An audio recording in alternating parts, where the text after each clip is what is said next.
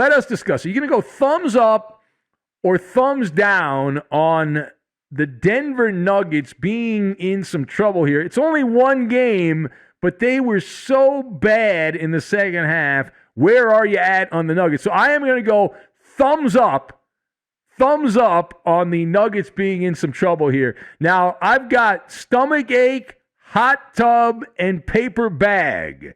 And we will combine all of these things together in the form of an adequate Maller monologue. Now, number one. You only get one chance to make a good first impression. It's been a phrase that has been repeated over the years by many. It's been used in marketing.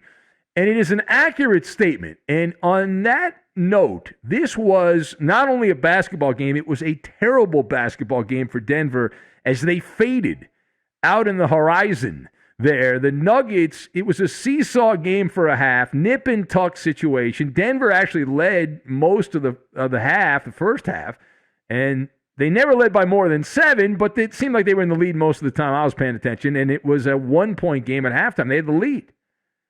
But nothing has changed in my lifetime, a voice in my head said, than halftime adjustments. Nothing's changed more than halftime adjustments. And we're not exactly sure what Mike Malone did in the locker room. We're not sure what he did coaching-wise there, Michael Malone. But it appears, based on the outside here, that the Nuggets at halftime sat around and they ate gummy worms and chocolate chip cookies and drank milk.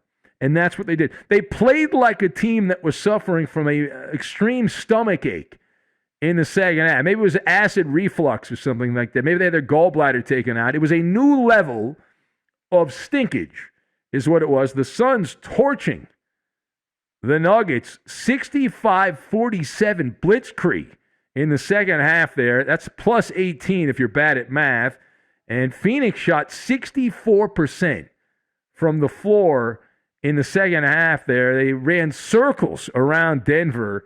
And we got to focus in on Nikola Jokic. He's going to win the MVP, the big man from the Nuggets, and he lived up to his nickname, which is not a good thing for Denver here. He lived up to his nickname in the second half because in the second half, Nikola Jokic played like the Joker. He played like an absolute joke.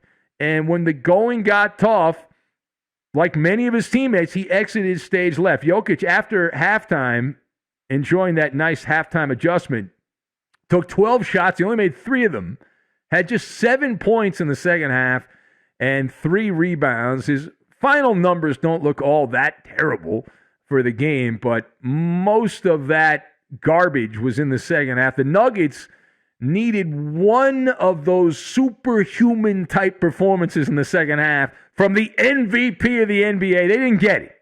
They didn't get it. He didn't have it. Wasn't able to provide it there. And so you got to point the finger at Nikola Jokic.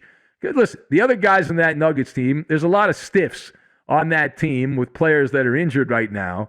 And so you're going to need your headliner to go above and beyond the call of duty. He did not have that in the tank. Now, secondly, not that we like to talk about the winning side very much, but Chris Paul is the story here. Nothing special in the opening round. Damaged goods. We expect him to get hurt again. He always gets hurt. That's what he does, Chris Paul.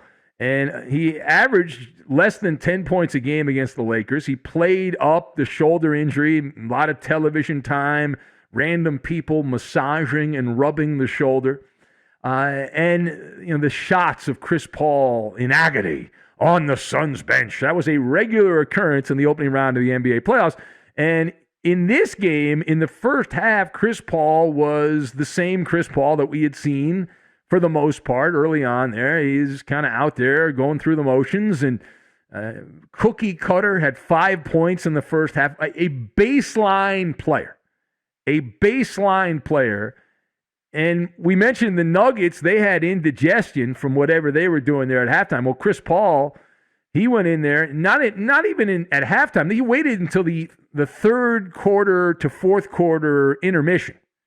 All right, from that point forward, and then Chris Paul put on his helmet, his bomber jacket, and he took a ride in the hot tub time machine during the fourth quarter. It was a throwback to when Chris Paul was elite and great and wonderful and in his prime, and was tremendous. He didn't miss a shot from the floor. It was like he was playing the Sacramento Kings the way he was playing there, with 14 points and 3 assists in the fourth quarter alone there. And the Suns, mentioned the Nuggets fading away off in the horizon.